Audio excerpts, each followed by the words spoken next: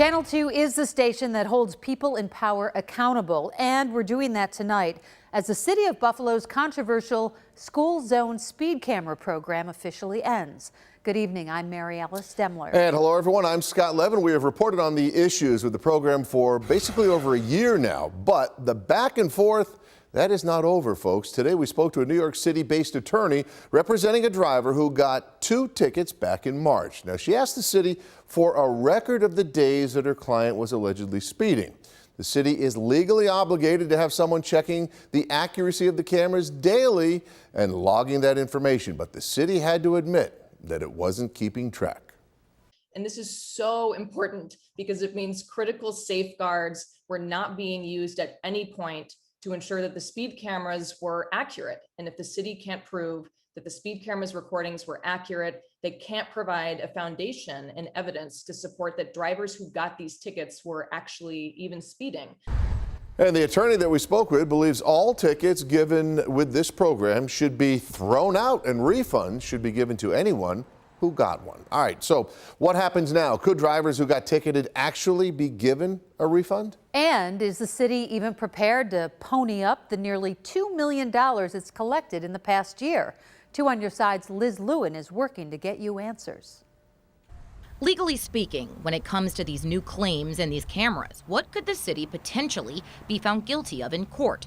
2 on Your Side's legal expert Barry Covert chimed in on these new findings that have now been submitted in support of the class action lawsuit. What the city would be guilty of is knowingly not providing for the calibration, inspection, and certification of those devices, but leaving you and I, the individuals who get charged, with the impression that those machines that they're relying upon were properly certified and inspected. After those 2 tickets were dismissed by the judge for procedural failure, lawyers participating in the lawsuit are now asking a judge to consider refunding millions of dollars the city made off these tickets on the grounds that they weren't properly being managed by city officials. But a judge could very well find that this appears to have been a scheme that was utilized by the city of Buffalo improperly, and that they knowingly failed to follow the state statutes in relation to maintaining, calibrating, and inspecting and certifying those speed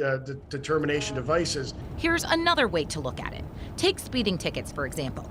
If a police officer pulls you over and says that the device or car clocked you going 10 or 15 miles over the speed limit and issues a ticket, you can legally challenge or take that ticket to court. But in order for them to find you guilty of the offense, Covert says documents must be submitted showing the machines used were regularly inspected, recalibrated, and if necessary, certified by the right people. The same rules apply for speed zone cameras. It's not transparently acting towards the citizens when they issue tickets knowing that the devices are not maintained and certified and inspected pursuant to state statutes and regulations. Covert says the state statute is rather new, so there are going to be a lot of questions around how, if ordered by the judge, the $1.8 million in refunds would be issued and to whom. It's a lot to take in there, Scott and Mary Alice. I want to add, I did reach out to several Buffalo Common Council members tonight. They didn't want to speak on camera, but they did share some thoughts with me. Councilman David Rivera calls the program, quote, terrible, and says he wasn't aware of issues related to inspection. Otherwise, he says he would have submitted that as further proof that the program was flawed from the beginning. Councilman Joel Ferraletto had similar sentiments, saying that he and the council had known from the start that the city wasn't being fully transparent. They would have acted sooner to shut the program down. Ultimately, both Rivera and Ferraletto say they support the legal process moving forward. Much more to come on this. In the Information Center, Liz Lewin, Channel 2 News.